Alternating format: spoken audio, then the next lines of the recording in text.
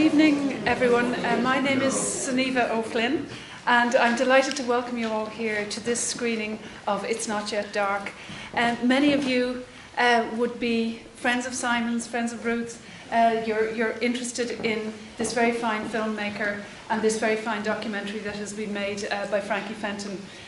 We were keen to pay tribute to Simon and to celebrate his work and his remarkableness as a fine human being. So we're screening Frankie's documentary, which does that. We're also going to screen a short film beforehand, The Sound of People, which is Simon's second film.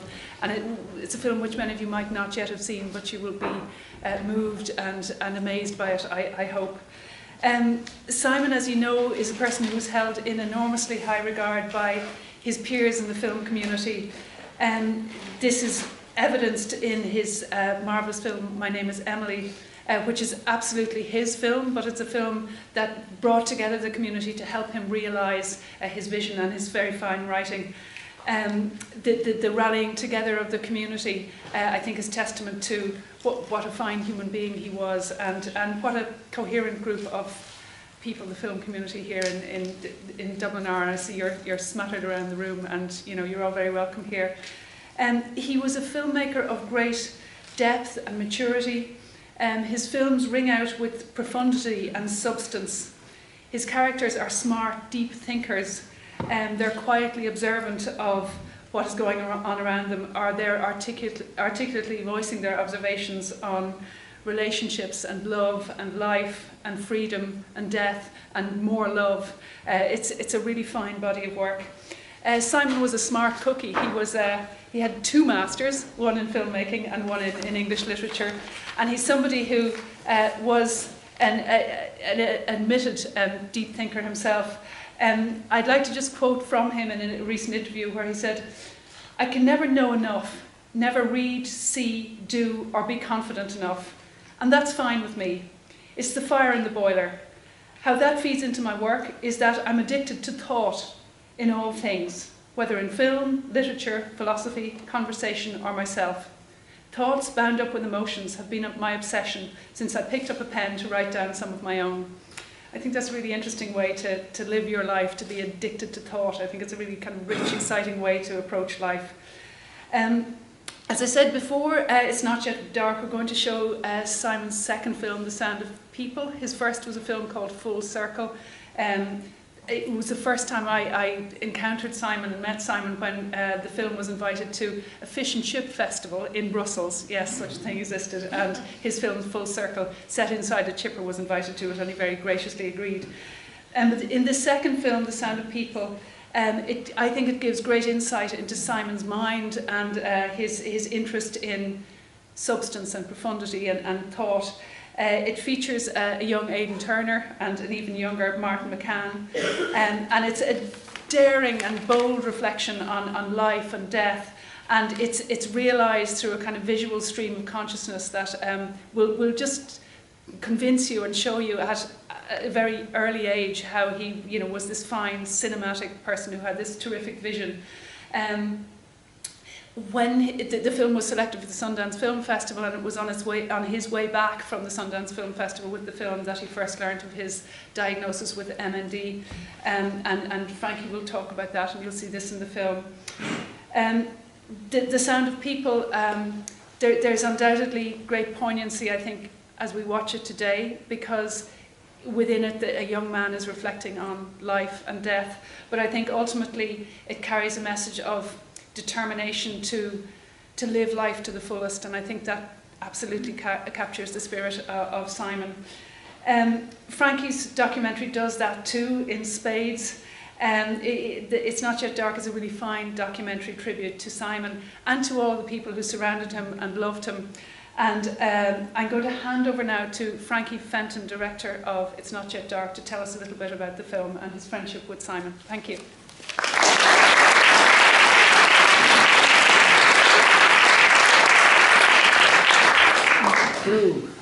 Thanks very much for coming. I'm a little nervous today.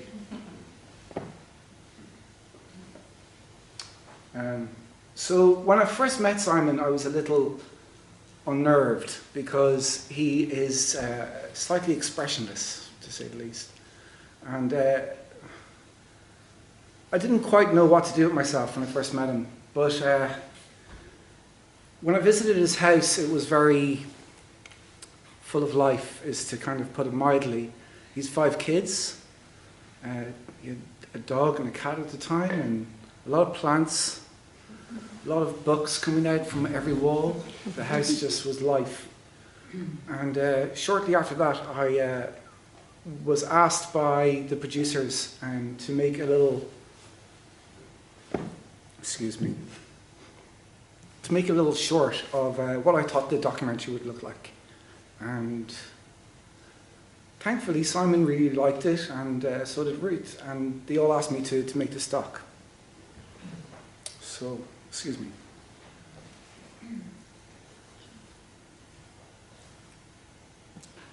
So by the time I got to make this film, I started filming on the set of My Name is Emily, and it was all of those fears about how kind of unnerving it was, kind of got chased down the lane because I could see what this guy was doing.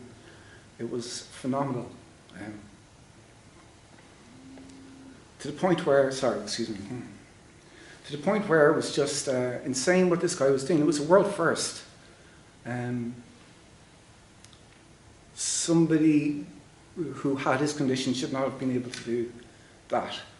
I'm looking at Liz and Des here who were around him at the time who guided him through that, but it was a serious accomplishment that should have been given a gold medal like at the Olympics or something. But originally the film was 40 minutes longer than what it is. It's rightfully it should have been cut down, but the problem was that he kept on achieving things, a lot of things. He won Best Cinematography, well, Seamus Deasy did for My Name is Emily at the Galway Film Fleadh, and then, sorry, I was like, oh.